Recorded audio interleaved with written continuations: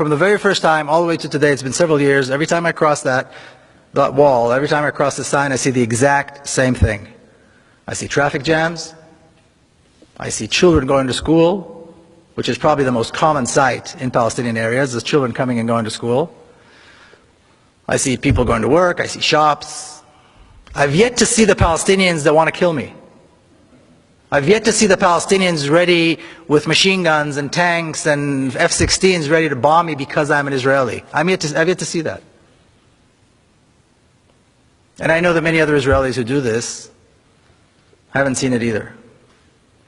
And with time, I began to realize this sign has nothing to do with security.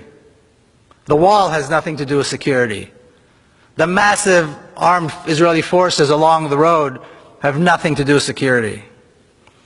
The terrorizing and harassment that Palestinian Israelis go through when they go through Tel Aviv airport, the humiliating process that they have to go through, they have to endure every time they decide to leave and go overseas, has nothing to do with security.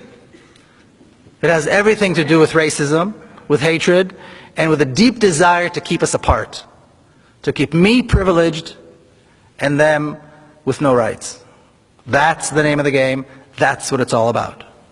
Now in this picture I stand with my friend Jamal, who sat in Israeli prison for many, many years. In fact, he was given a life sentence, but he was exchanged in one of the prisoner exchanges between Israel and the PLO.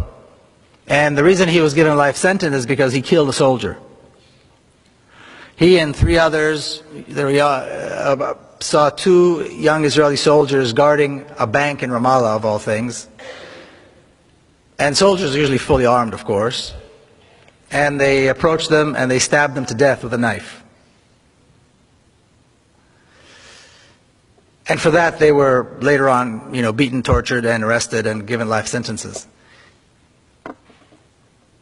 But when I see the picture of the two of us standing side by side, I have to wonder which one of us is really the terrorist. Because according to this, it's certainly not him.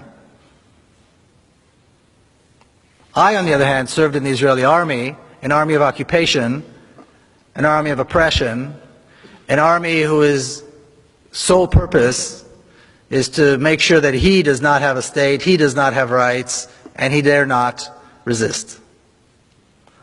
So yes, my army has uniforms and commanders and generals, but which one of us is really the terrorist? I'll give you one example.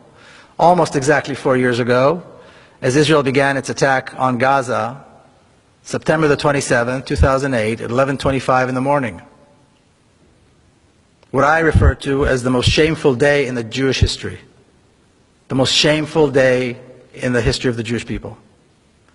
Israel began carpet bombing Gaza, and on the first day of what was to be a 21-day attack, they dropped 100 tons of bombs.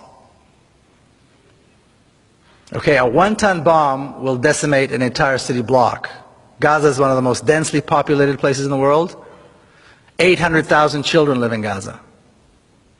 11:25 is exactly the time when the morning school shift and the afternoon school shift change. So all the kids are in the streets. All the children are on the streets. That was the moment decided by the decision makers in Israel to begin the attack. This was the first day of a 21-day slaughter that had absolutely no justification. If that's not terrorism, I don't know what is.